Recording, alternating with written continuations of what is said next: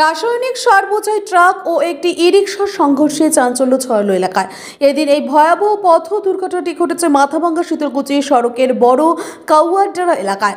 এমনকি এই পথ দুর্ঘটনায় আহত হন দুজন, যাদের মধ্যে একজনের অবস্থা আশঙ্কাজনক বলে জানা গিয়েছে। পথ দুর্ঘটনা ঘটার সাথে সাথে ঘটনাস্থলে আসে এলাকাবাসীরা, এমনকি খবর পেয়ে ঘটনাস্থলে ছুটে আসে মাথাভাঙ্গা থানার পুলিশও। পরে আহতদের উদ্ধার করে চিকিৎসার জন্য নিয়ে আসা হয় মাথাভাঙ্গা মহকুমা হাসপাতালে। তবে আহত দুজনের মধ্যে একজনের অবস্থা আশঙ্কাজনক হয়, তাকে কোচবিহারে রেফার করে কর্তব্যরত চিকিৎসকরা।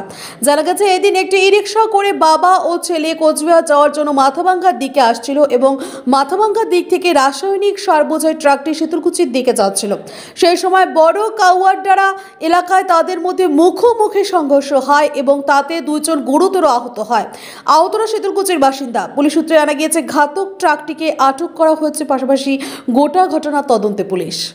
আমরা তো আসতেছিলাম, ওরা নাকি সিএনজিতে করে আসছিল।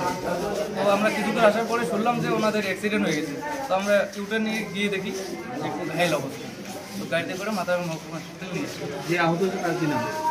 নামটা তো ওর জানি না, পরিচয় আছে। আপনার বাড়ি কোথায়? আমার বাড়ি মহিষমুড়ি। আর ছেলেটার বাড়ি শীতলকুচি।